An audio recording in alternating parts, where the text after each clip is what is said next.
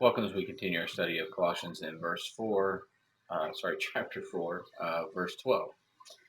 Epaphras greets you, he of you, a slave of Christ, always striving for you in prayers that you may stand full grown and being made complete in every will of God.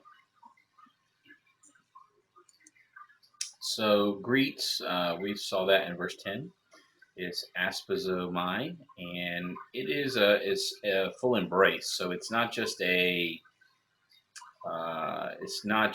hello. There's joy. You're drawing them in, drawing them into yourself. So there's definitely some excitement there. Striving uh, is agonizomai. This is where we get the word agony. If that helps remember this one, there's a great deal of contention and fight, struggle. It really so it comes from agon, which was a competition, but we get striving here because you're fighting to win something, and so again, I don't think striving is quite strong enough. I don't have a better word for it, but there is a great deal of contention and even pain involved in this. A great deal of effort at a minimum. So he is striving in his prayers for the purpose that they may stand full grown. So stand is esteemi, and I believe we may have seen this maybe as a root and part of a compound before with a prefix on it. But esteemi means to cause or make stand, to put in place, to set up. And so it's more than just someone already standing. This is implying that it is the thing causing someone to stand. And then full grown is Teleios, and that really is more perfection, maybe full maturity. So you could say fully mature or fully grown, maybe. Let's say maybe full maturity or fully mature might be a better way of saying it, or fully perfect, one of those. Made complete. Complete is pleroo, which is just a general word for fill. Now, filling is a really complicated, like understanding being filled. We see this word get used a lot. These words get used together quite a bit, describing spiritual maturity and really to understand filling. So if you have you've got an empty glass and there's just air in it, so it's not empty, it's full of air, right?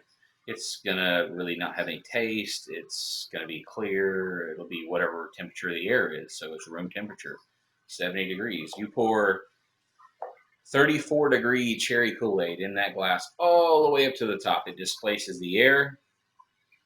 It changes the color of the glass. It now looks like cherry Kool-Aid. It'll impart a film over that glass, so that now makes the glass taste like cherry Kool-Aid. And since it was 34-degree cherry Kool-Aid, now the glass is 34 degrees. So what happens is the filling object imparts characteristics onto the filled object. So, for example, being filled by the Holy Spirit, the Holy Spirit imparts its character onto you as the vessel, and so you begin to take on the characteristics of the Holy Spirit.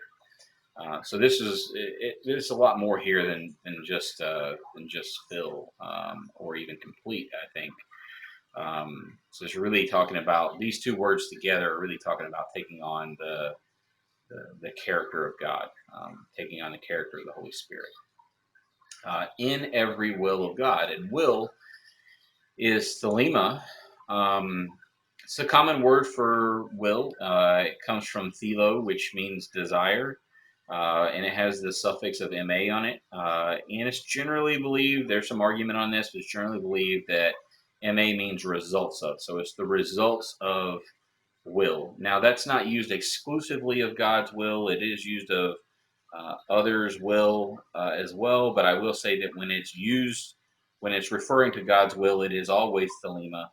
And so, or at least every time I've seen, I'm not going to say 100%. There may be an instance or two, but it's pretty consistent that it uses Selima for God's will, which would imply that His will always has some results, or always has the results that He intends, I should say. So it's a very full word. Um, so again, prayer that they'd be fully grown, fully mature, and take on the full character of God.